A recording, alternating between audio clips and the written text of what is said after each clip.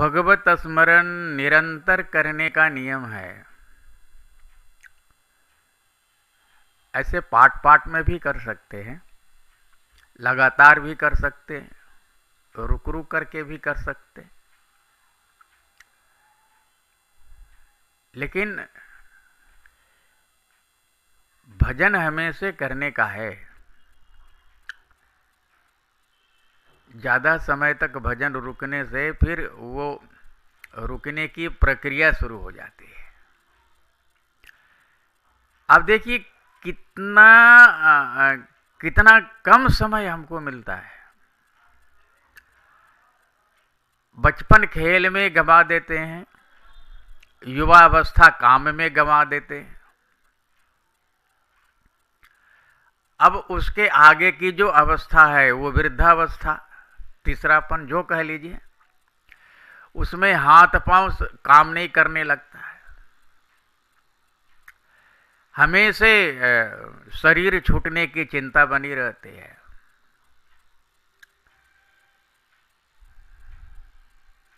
थोड़ी सी बुद्धि यदि दौड़ा दें, लगा दें, तो बिल्कुल समझ में आने लगता है कि ये शरीर भी नश्वर है, हम भी नश्वर हैं, हमें एक दिन इसे छोड़ के जाना है। और ये जो माया है वो भी नश्वर है। शाश्वत एक यहां से जाना ही है। गीता जी कहते हैं,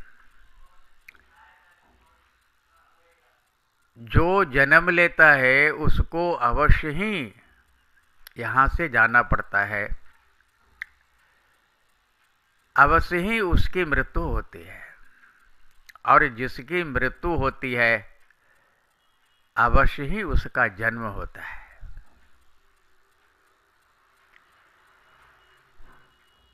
इसलिए हमारे संत कबीरदास जी हम सब लोगों को सचेत करते हैं, सावधान करते हैं। और सावधान क्या करते हैं? बोले हरदम सुमिरो नारायण, अथवा कब सुमिरो गोये राम, जो कह लीजिए।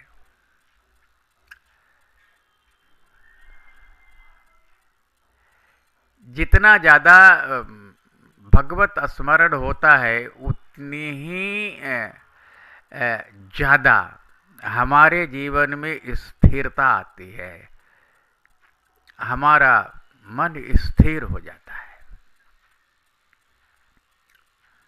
और हम बहुत ज्यादा भगवान के करीब जाने के लिए सोचने भी लगते हैं, चले भी जाते हैं।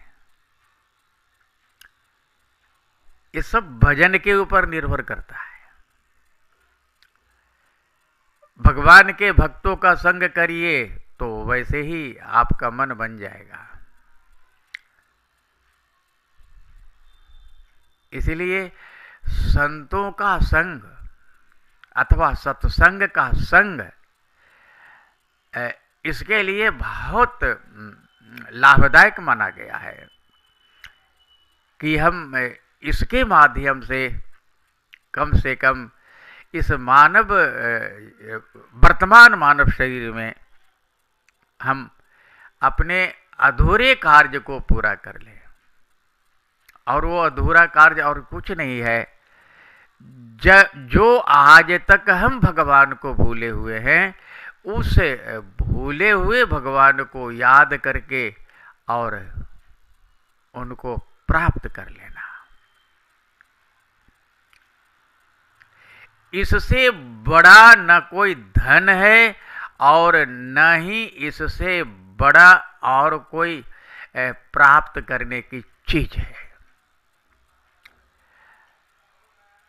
इस संसार में कुछ भी कर लीजिए, यदि आपके जीवन में भजन नहीं है तो आप कुछ ही समय में शरीर छोड़ने के बाद रद्दी की टोकरी में अवश्य ही डाल दिए जाएंगे।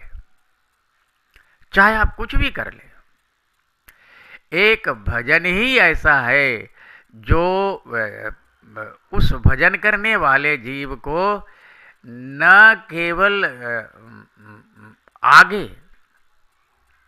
बल्कि हजारों वर्षों तक,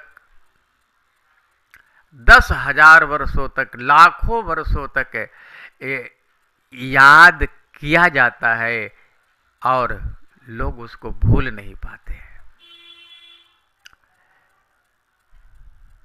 ध्रुव जी का कार्यकाल सतयुग भी रहा, त्रेता भी रहा, लेकिन प्रहलाद जी का तो पूरा पूरा सतयुग का ही कार्यकाल रहा।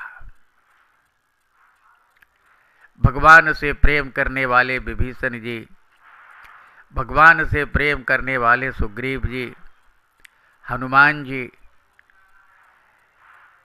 द्वापर युग में भगवान श्री कृष्ण से प्रेम करने वाले अक्रूर जी, गोपियां, ये सभी, उद्धव जी, राधा जी, ये सभी कभी भूले नहीं जा सकते। युग पर युग बीत जाएगा, समय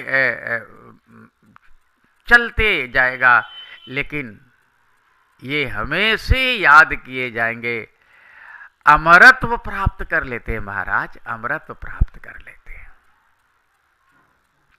ऐसा भगवान का नाम जप है, स्मरण है, भजन है। हम भी इस रास्ते से गुजर सकते हैं, हम भी इस रास्ते के पथिक बन सकते हैं। धन्यवाद। नारायण।